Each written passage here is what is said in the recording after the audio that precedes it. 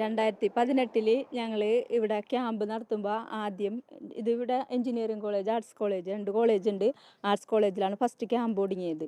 അപ്പം ഞങ്ങൾ അന്ന് ഓഗസ്റ്റ് 15-ന് രാവിലെ തലേ ദിവസം തുടങ്ങിയ മഴ തുടങ്ങിയതുകൊണ്ട് പല അലർട്ട് തന്നിട്ടുണ്ട്. വാർഡ് മെമ്പർ വന്ന് മാറിക്കോളാനൊക്കെ പറഞ്ഞിട്ടുണ്ട്. അപ്പം ഞങ്ങളുടെയൊക്കെ വീട് പുഴയരികത്താണ്, പെട്ടെന്ന് വെള്ളം കയറുന്നൊക്കെ സ്ഥലമാണ്.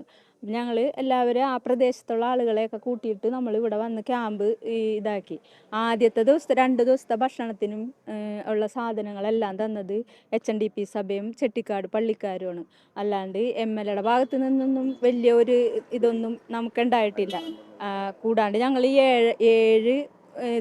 8 ദിവസത്തോളം ഈ ക്യാമ്പിലുണ്ടായി. ഓണത്തിന് 2 ദിവസത്തിന് മുമ്പാണ് ഞങ്ങൾ ഈ ക്യാമ്പിൽ നിന്ന് പോയത്. അപ്പം ഈ ക്യാമ്പിൽ വെച്ച് തന്നെ, ഞങ്ങളുടെ ക്യാമ്പിൽ വെച്ച് തന്നെ എൻ്റെ വീടിൻ്റെ അടുത്തുള്ള ഒരു കുട്ടി വയ്യാണ്ട് വന്നതാണ്. വയ്യായിരുന്ന ആ കുട്ടിക്ക് നേരത്തെ വയ്യായിക ഉണ്ടായി കാണും. പെട്ടെന്ന് ഹോസ്പിറ്റലൈസ് ചെയ്ത് ആ കുട്ടി മരിച്ചിട്ടാണ് ഓണത്തിൻ്റെ തലേന്ന് ദിവസം ആ കുട്ടി മരിച്ചത്. എന്നിട്ട് പോലും MLA ഒന്നും അവിടെ വരെയെങ്കിലും ഒന്നും വന്നു പോലും നോക്കിയില്ല. പിന്നെയെന്ന് വെച്ചാൽ ഇവിടെ ഞങ്ങൾക്ക് ആകെ എന്താണ് പ്രശ്നം ഉണ്ടായെന്ന് വെച്ചിട്ടുണ്ടെങ്കിൽ, നമ്മൾ ഇവിടെ ജനറേറ്റർ താഴെ ഇരുന്ന് വെള്ളം വന്ന് മൂടിപ്പോയപ്പോൾ ഞങ്ങൾക്ക് കറണ്ട് ഇല്ലാണ്ടാണ് ഞങ്ങൾ എല്ലാ ദിവസവും, ഇപ്പുറത്തൊക്കെ കറണ്ട് ഉണ്ടായി, ജനറേറ്ററൊക്കെ മുകളിലായതുകൊണ്ട് കറണ്ടൊക്കെ ഉണ്ടായിരുന്നു. ഇവിടെ ഞങ്ങൾ മെഴുകുതിരിയുടെ സഹായത്തിലും ഈ മൊബൈൽ ഫോണിൻ്റെ സഹായത്തിലും, മൊബൈൽ ഫോൺ തന്നെ നമുക്ക് കറണ്ടൊന്നും ഇല്ലാത്തതിനെ കൊണ്ട് സോളാറുള്ള വീട്ടുകാരൊക്കെ നമ്മളെ ഹെൽപ്പ് ചെയ്ത് ഫോണൊക്കെ ചാർജ് ചെയ്ത്, പിന്നെ ടോർച്ചുകൾ വീട്ടിൽ പോയി വരാൻ പറ്റുന്ന ആൾക്കാർ വീട്ടിൽ നിന്നൊക്കെ ടോർച്ചൊക്കെ എടുത്തുകൊണ്ട് വന്നാണ് ഞങ്ങൾ രാത്രി എല്ലാവരും കഴിച്ചു കൂട്ടിയത്. പിന്നെ നമുക്ക് കുടിവെള്ളമൊക്കെ തന്ന് സഹായിച്ചത് DYFIക്കാർ തന്നെയാണ്. കാരണം കുടിവെള്ളത്തിനും ഭയങ്കര ബുദ്ധിമുട്ടാണ്. നമുക്കിവിടെ എല്ലാവരും നമ്മൾ പൈപ്പ് വെള്ളത്തിനെ തന്നെയാണ് ആശ്രയിക്കുന്നത്. അപ്പോൾ വെള്ളം ഇല്ലാത്തൊരു സിറ്റുവേഷനൊക്കെ വന്ന് രണ്ട് ദിവസം ഞങ്ങൾക്ക് ഇത്തിരി ബുദ്ധിമുട്ടായിരുന്നു. പിന്നീട് നമുക്ക് എല്ലാവരും മലപ്പുറത്ത് നടക്കുള്ള സഹാക്കൾ നമുക്ക് ഇഷ്ടംപോലെ സഹായങ്ങൾ നമുക്ക് ചെയ്തു തന്ന്.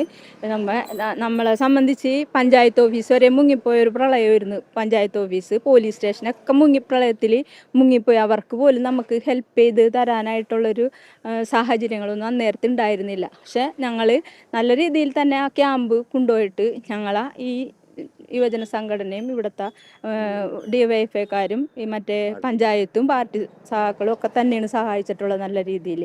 ആ സമയത്ത് നമുക്ക് എന്തെങ്കിലും ഒരു സാധനത്തിൻ്റെ ഒരു ഒന്ന് ജസ്റ്റ് ഒന്ന് നമ്മളെ, അതായത് ഇത്ര ആളുകൾ ഇത്രയും ബുദ്ധിമുട്ടി കിടക്കല്ലേ, ഒന്ന് വന്ന് അന്വേഷിക്കാൻ പോലും തയ്യാറായിട്ടില്ല എന്നുള്ളതാണ് സത്യം. ഇപ്പം മേഡമൊക്കെ നിങ്ങൾക്ക് വന്ന റോഡൊക്കെ കണ്ടില്ലേ, ഇതാണ് ഇവിടുത്തെ ഒരു പരിസ്ഥിതി.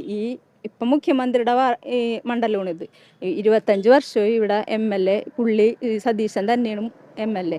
ഇവിടെ എന്ത് വികസനം ഉണ്ടെന്ന് ശരിക്കും പറഞ്ഞിട്ടുണ്ടെങ്കിൽ ഇതൊരു പ്രത്യേക റിപ്പോർട്ടായിട്ട് എടുത്ത് കാണിക്കേണ്ടതാണ്. ഈ പ്രളയത്തിൻ്റെ മാത്രമല്ല, അല്ലാണ്ട് ഇതുപോലും നമ്മുടെ ഈ പറവൂർ മണ്ഡലത്തിലെ റോഡുകളും മറ്റ് വികസനങ്ങളും കൂടി ഒന്ന് കാണിച്ചു ജനങ്ങളെ കാണിക്കണം, എന്നാലേ ബോധ്യപ്പെടുള്ളൂ.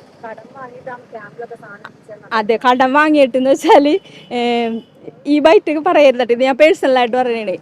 നമുക്ക് ഗ്യാസൊക്കെ തീർന്ന് വിറകൊന്നുമില്ലല്ലോ, പോയിട്ട് നമ്മുടെ വീട്ടിൽ നിന്ന് അടക്കം ഗ്യാസ് അല്ല, ഓരോരുത്തരുടെ വീട്ടിൽ നിന്നും ഗ്യാസൊക്കെ എടുത്തുകൊണ്ട് വന്നിട്ടാണ് നമ്മളവിടെ ആ ക്യാമ്പ് ഈ ചോറ് വെച്ച് കൊടുക്കണ്ടേ. വലിയ മുതിർന്ന ആൾക്കാർ വിശപ്പ് സഹിക്കുക, കിടാങ്ങളടക്കം, അതായത് ഒരു 3 മാസം പ്രായമായ അടക്കം കുട്ടികളടക്കം ഞങ്ങളുടെ ക്യാമ്പിലുണ്ടായിരുന്നു. അപ്പം ഞങ്ങൾ എന്നിട്ട് പോലും അവിടെ നിന്ന്, അതായത് റവന്യൂ ഡിപ്പാർട്ട്മെൻറ്റിൽ ഉദ്യോഗസ്ഥന്മാർ വന്നിട്ട് പോലും ഞങ്ങൾ അത്രയും ഹാർഡ് വർക്ക് ചെയ്ത് എല്ലാവർക്കും ഭക്ഷണം എത്തിച്ചു കൊടുക്കണമല്ലോ. ആ ഒരു ഇതിൽ നമ്മൾ അത്രയും റിസ്ക് ഒക്കെ എടുത്താണ് ഓരോരുത്തരോടും. ശരിക്കും പറഞ്ഞാൽ നമ്മൾ പരമാവധി ആരെയൊക്കെയാണ് വിളിച്ച് സഹായം അഭ്യർത്ഥിക്കാന്ന് വെച്ചാൽ അവരെയൊക്കെ വിളിച്ച് സഹായം അഭ്യർത്ഥിച്ചിട്ട് നമുക്ക് സാധനങ്ങളൊക്കെ ഇവിടെ വേറെ ബുദ്ധിമുട്ടുണ്ടായില്ല. പക്ഷെ എന്നാലും നമ്മളൊരു ജനപ്രതിനിധികളെയൊക്കെ തിരഞ്ഞെടുക്കണം നമ്മുടെ ആവശ്യങ്ങൾ നടത്താനാണ്.